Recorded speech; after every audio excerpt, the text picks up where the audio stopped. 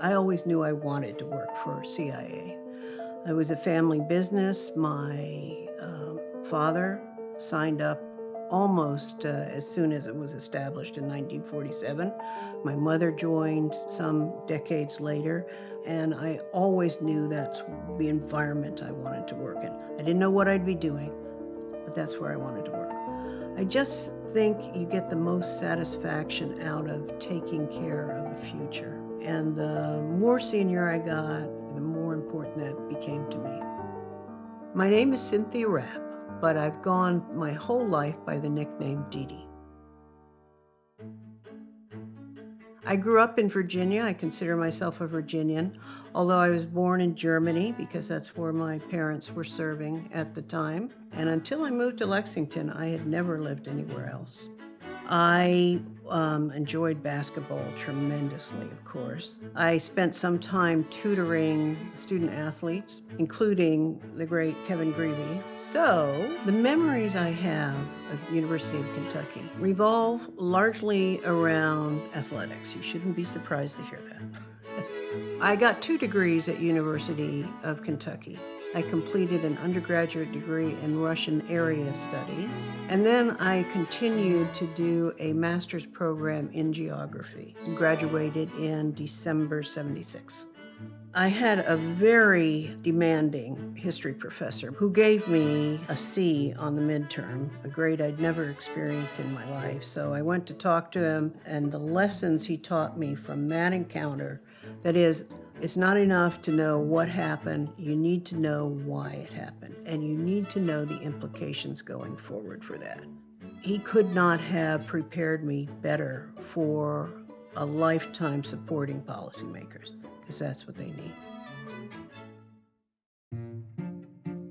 I retired July 2021, having served as Chief of Staff for the Director of Central Intelligence Agency, which was a rare honor and privilege during a time of COVID and real political turmoil. I know things my analysts have written have resulted in a changed decision, have shed better light on a subject, have sparked a more important conversation, and that is the satisfaction you get from doing intelligence analysis properly. It's hard for me to say what the most exciting opportunity was. Living overseas, that's got to be up there. Met a fair share of celebrities, but I think it's really the ability to reinvent yourself is the way I think of it. I always told people, if you're bored, if you're jaded, it's your own fault. Because there's nothing you can't do here. I love to touch history. And the way I've operationalized that is through collecting books, works of Shakespeare, first edition cookbooks from the 20s, 30s, 40s, and 50s, which I think was really a time of great social change in the United States. And then the last thing I do, because it's such powerful social history, is collect Oscar memorabilia. There's such a variety in the films that are made, the presentational style, and it's just kind of cool to hold that in your hands. I have 2 wonderful daughters. They're both historians, but they're doing their own things. They're doing what fulfills them. My husband had a very successful career in his own right, but he's found a second career writing Cold War espionage fiction, and I get to do the fact-checking and editing, which is something I love to do.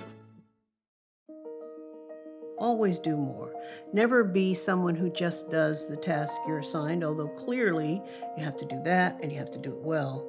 But do other things that demonstrate you're concerned about the well-being and growth of whatever organization you're in.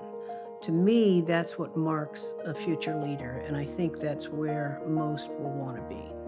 An arts and sciences, liberal arts education is really excellent preparation for the kind of work I chose to do. It fosters a creative mindset, a critical mindset, and in my work experience, I found that having that really sets you up for success, I believe.